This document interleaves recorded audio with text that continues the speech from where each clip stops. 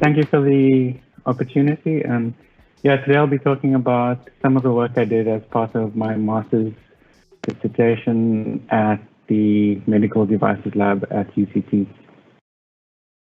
So, an estimated 2.4 million people with upper limb amputations live in lower to middle income countries. And upper limb loss compromises the ability of these amputees to perform activities of daily living. To mitigate these effects, upper limb loss amputees are prescribed the use of upper limb prosthetics. But in lower to middle income countries, upper limb amputees are generally limited to the use of body-driven or passive prostheses.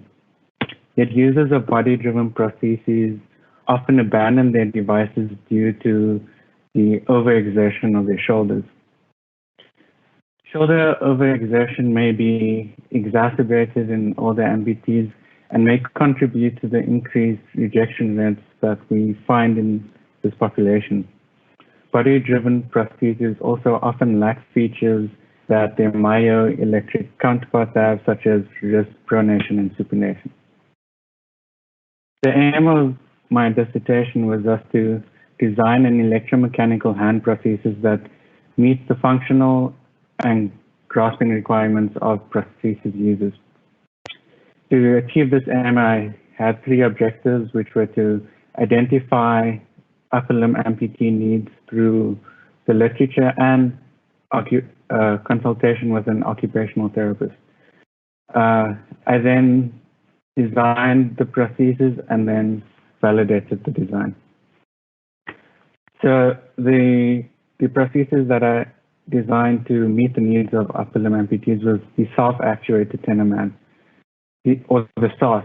The SARS was based on an existing body-driven prosthesis called the Tenorman, which had very versatile grasping capabilities and efficient input to output force transfer, but was ultimately still a body-driven device.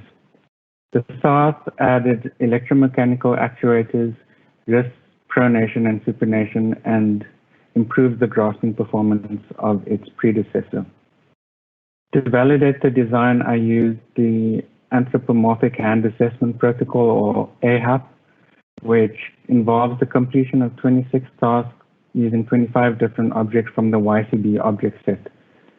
These tasks are divided into 8 grasp types and 2 non-grasping tasks. The output measurement of this protocol is the grasp ability score, or GAS, and the partial GAS. The grasp ability score is a percentage measurement of healthy hand function, where 0% indicates no hand function is replicated in the prosthesis, and 100% indicates that healthy limb function is replicated fully. The partial GAS just measures the GAS, but for particular grasp types. The results from our validation were as follows. The STAR scored a overall GAS of 75%, scoring above 75% for 7 of the 10 grasp types and above 50% for the other 3. These results are comparable to a more advanced prosthesis that was assessed using AHAP.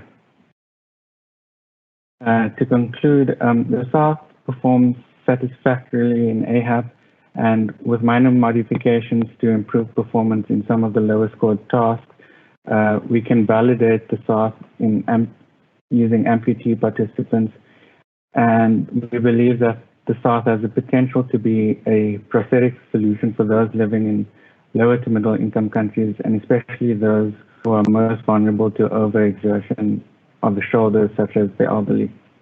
Thank you. Thank you very much for this very interesting presentation. So you showed us that this prosthesis could achieve a large proportion of the required movements. What is the next step now to further improve this device? So for our validation, we sort of added like an attachment so that it could be tested by non-amputees. And I think to really test it, we would need to validate it in amputee participants, but first making those recommended changes I mentioned. And to give us an idea of how applicable it might be in LMIC countries, how much does a device like this cost? So it would be, I don't think I have a good estimate because we use 3D printing in a lab, which would be difficult to sort of estimate the actual, like if you had to injection mold the device, I think the cost would be drastically different.